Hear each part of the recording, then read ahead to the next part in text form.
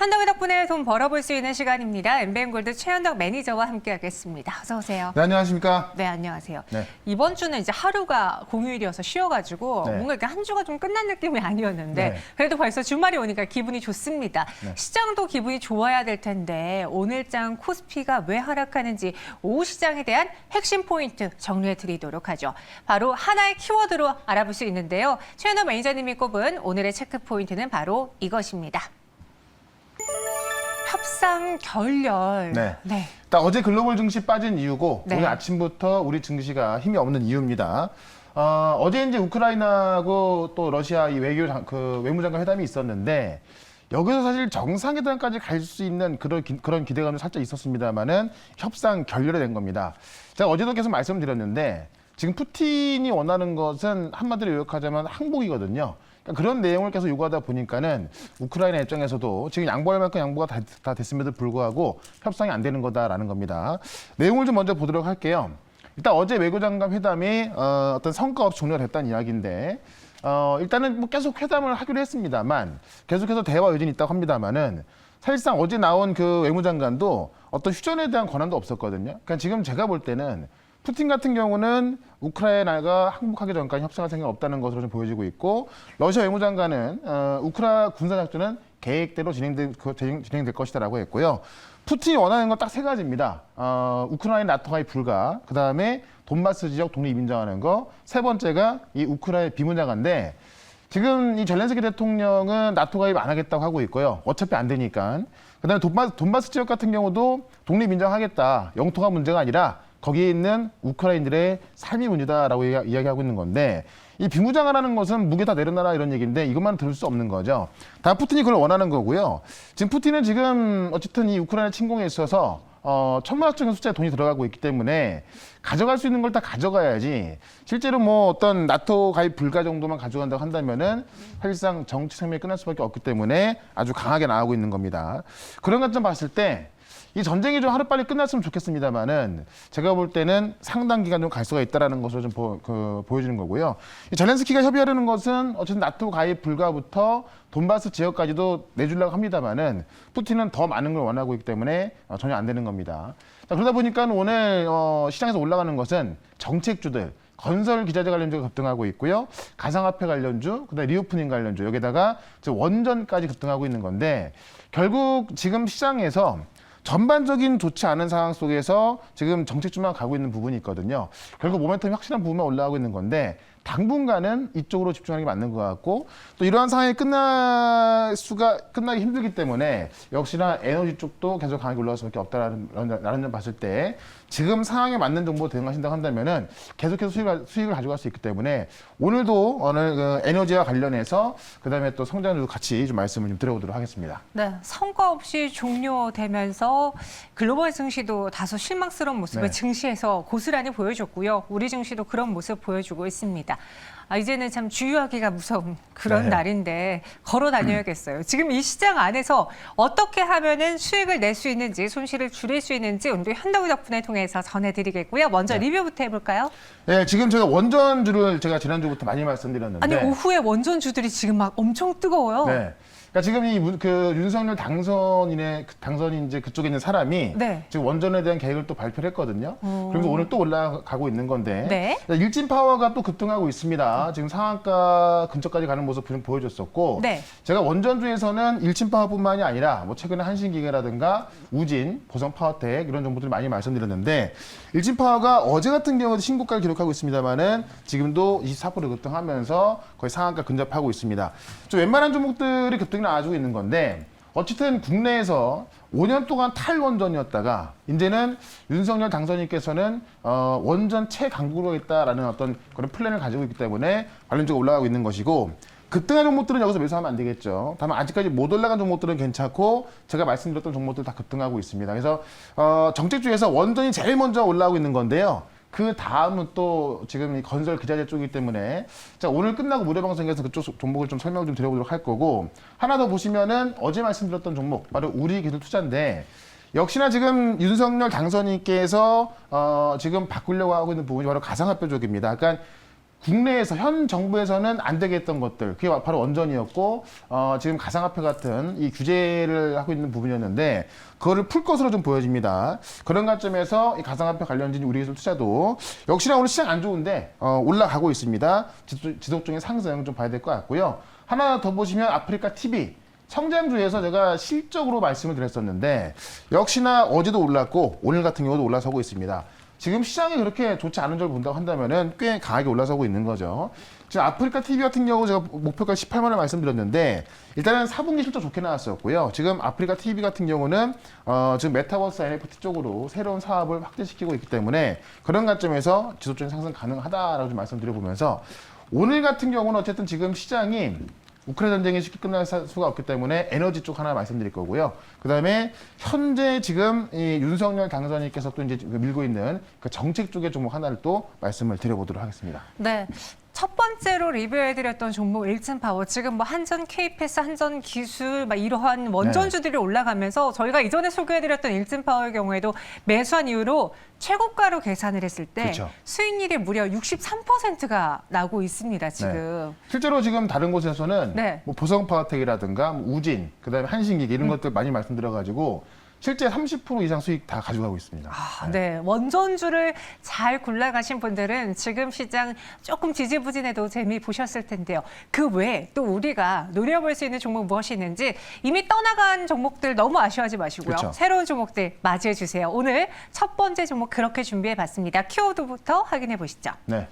현덕이 덕분에 첫 번째 종목 키워드는 원자재고요. 네. 진짜 뭐 원자재 유가 안 오른다 이런 이야기 언제 들어볼 수 있을까요? 근데 최근에 유가가 하락이 나오면서 네. 이게 지금 이제 뭐 고점이 아닌가 이런 부분도 있었는데 제가 조금 전에 이제 지정적 리스크가 쉽게 끝날 수 없다라고 말씀드렸는데 그런 관점에서 유가라든가 원자재는 계속해서 올라갈 수밖에 없다. 또 원자재가 급등할 수 있는 요인이 하나 있거든요. 그 내용을 하나 좀 보도록 하겠습니다. 지금 미국이 이제 엊그제죠. 이 러시아산 원유, 가스 수입 금지하는 것에 서명을 했고, 수입 금지하기로 이제 바로 금지하기로 서명을 했거든요. 그래서 지금 이런 일이 나오자마자 러시아가 오히려 원자재 수출 금지로 맞서겠다라는 겁니다. 일단 러시아산 원유, 가스를 안 쓰겠다면은 원자재도 줄 수 없다라고 맞서고 있는 거죠. 원자재가 지금 러시아에서 생산하는 것들 꽤 많이 있거든요. 그 내용을 좀 보도록 할게요. 일단 바이든이 러시아산 원유 금수 선언을 했습니다. 그래서 러시아산 원유뿐만이 아니라 천연가스, 석탄까지 포함된 러시아 내에서 생산되는 모든 것들을 수입 금지하기로 했습니다. 내용을 좀 보시죠. 자, 여기에서 이제 미국뿐만이 아니라 영국까지도 동참을 하기로 한 겁니다. 영국은 올해 말까지 동참하기로 했고요.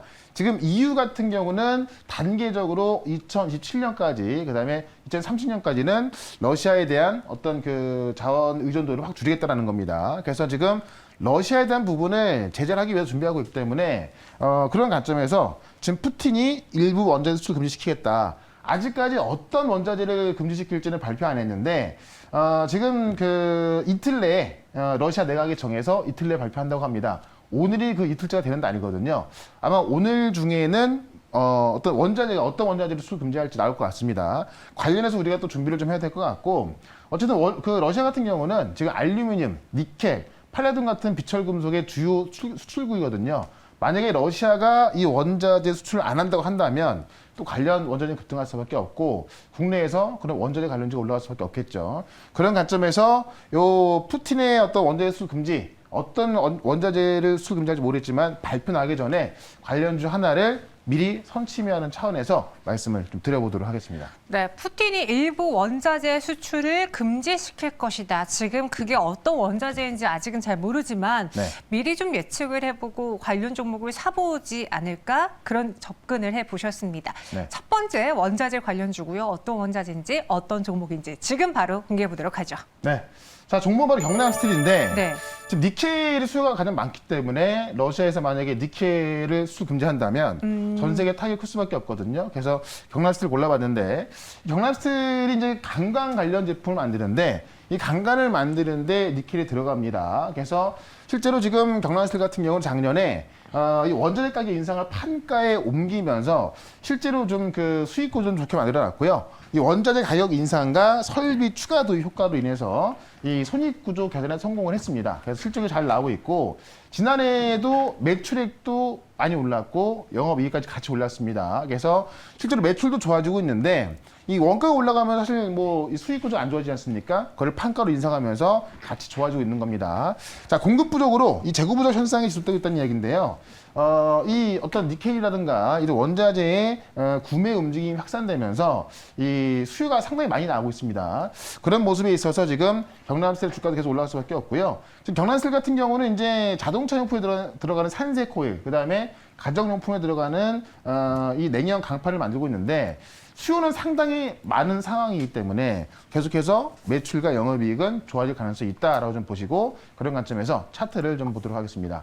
지금 최근에 원자재 관련주 보시면은 급등한 종목도 상당히 많이 있는데 경남스틸 같은 경우는 주가 차트를 보시면 아직까지 많이 안 올라가 있습니다. 이 바닥권에서 이제 막 올라오는 모습을 좀 보여주고 있는 건데 경남스틸 차트를 보시면 지금 충분한 바닥에서요. 한번 1차 반등이 한번 나온 거고 지금 2차 반등을 준비하고 있습니다. 딱 보더라도 좀 바닥권으로 보여주고 있죠. 그런 관점에서 한번 수급이 들어갔을 때 꽤 세게 올라갈 수 있다라고 좀 보면서 일단은 목표가를 단기적으로 5,500원까지 좀 보도록 하고요. 손절가는 최근에 저점이었던 4,100원으로 대응을 해보도록 하겠습니다. 네, 바로 니켈 가격 상승과 관련해서 네. 경남스틸. 네. 네, 목표 주가는 5,500원 제시해 드렸고요. 손절 가격은 4,100원 이야기해 드렸습니다. 네. 첫 번째 종목으로 경남스틸 원자재라는 키워드 안에서 꼽아봤고요. 두 번째는 어떤 키워드일지도 바로 체크해 보도록 하죠. 한덕의 덕분에 종목입니다. 네. 구시대적 규제 철폐다. 바로 윤석열 당선인의 이야기입니다. 네. 사실 지금까지 역대 대통령이 최근에 문재인 대통령도 그랬고 그 전에도 그랬고 항상 규제를 철폐하겠다고 했는데 실질적으로 그러지 못했었거든요. 근데 이번에 윤석열 당선인께서는 역시나 또 어쨌든 이 부분을 강조했기 때문에 기대를 좀 해보면 좋을 것 같습니다. 관련 내용을 좀 보도록 할게요. 게임 쪽의 규제를 철폐할 거로 좀 보여지는 건데 기대감 커진 게임 해가지고요. 규제 족쇄를 벗고 성장 날개 달 수 있을까라는 그런 기대감이 좀 커지고 있다.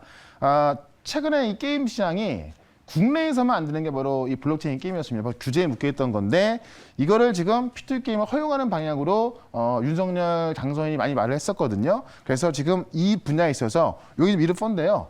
기대감이 커지고 있다는 겁니다. 내용을 좀 먼저 보도록 할게요.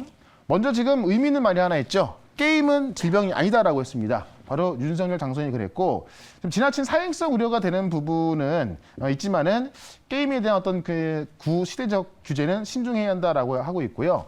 게임 산업 자체가 수출 효자이기 때문에 이 차기 정부에 대한 좀 기대감이 좀 있는 상황입니다. 자, P2E 게임 허용 및 구시대적 규제 철폐한다라는 건데 게임 산업에서 관련 구시대적 규제를 철폐하고요. 국가적인 차원에서 지원을 하는 것이 좋겠다라고 하고 있고 특히나 이 블록체인 기술이 접목된 P2E 게임 같은 경우는 글로벌 성장 동력으로 지금 크고 있는 거거든요. 근데 우리 국내 같은 경우만 이 규제 때문에 좀 못 크고 있어서 이거를 풀어준다고 한다면은 관련 P2E 게임은 다시 급등할 수밖에 없다라는 겁니다. 실제로 지금 국내 게임 시장이 원래 20조 원 규모인데 작년 같은 경우에 10조가 안 나왔습니다. 근데 그것도 최근에 풀어졌기 때문에 좀 컸던 건데요. 지금 원래 20조 원 규모였기 때문에 이 시장까지 끌어올려면은 작년 규모의 2배가 올라야 되는 거거든요. 그런 까지 올라갈 수 있을 걸 본다면은 지금의 게임주 중에서도 이 블록체인 게임주 보는 게 맞는 것 같고 핵심은 뭐냐면 게임을 키운다기보다는 블록체인을 키우는 거기 때문에 관련 플랫폼 기업을 하나 또 말씀을 드려보도록 하겠습니다.